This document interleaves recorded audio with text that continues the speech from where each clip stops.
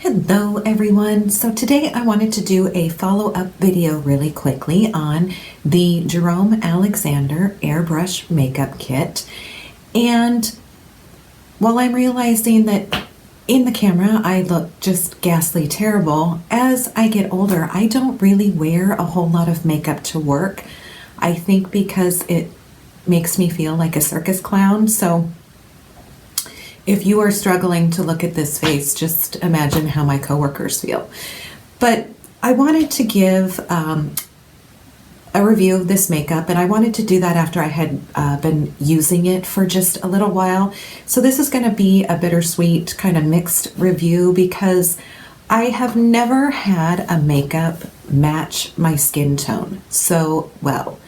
And I normally have to mix between the palest shade color up to the next palest. So wait, palest and then less pale. I guess you could say it like that. I don't really know how to explain it. I have to mix two colors. I always have to get my skin tone correct. If I wear the lightest color, my skin apparently doesn't feel like it needs to provide any additional color underneath. So it almost looks like sometimes I'm using white stage makeup. It's gotten that bad with some brands. So this makeup really matched my skin tone right away, and I really liked that. The problem, this may not be an issue for you, but I have combination skin. So I have dry skin on my cheeks, and then I have the T-zone, which is very oily. And I will pop up some photos up here, but what ends up happening is after I remove the makeup, my skin on my cheeks is even more dry than it normally is.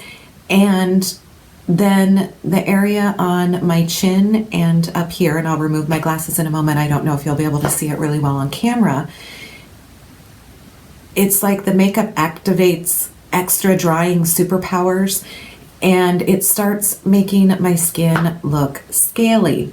The other thing is I have been wearing this makeup all day, so this is what it looks like when I come home from work. So I'm going to come closer to the camera a little bit. So I get this really patchy, scaly, it starts kind of coming off here.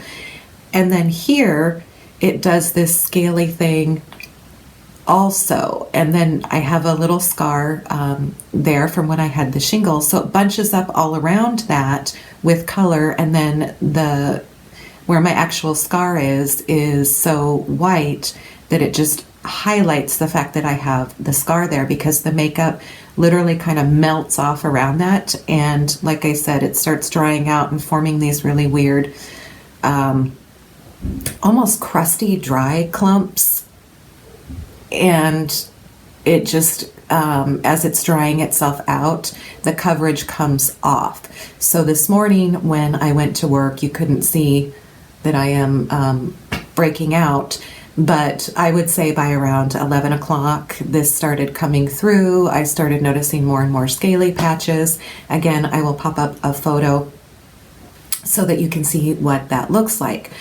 So that is a hard one because I don't want to reapply makeup throughout the day.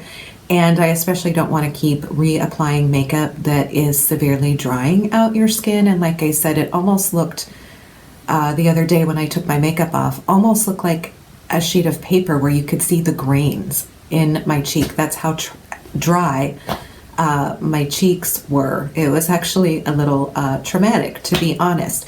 The other thing that I don't like is that these are aerosol cans, so you can't recycle those.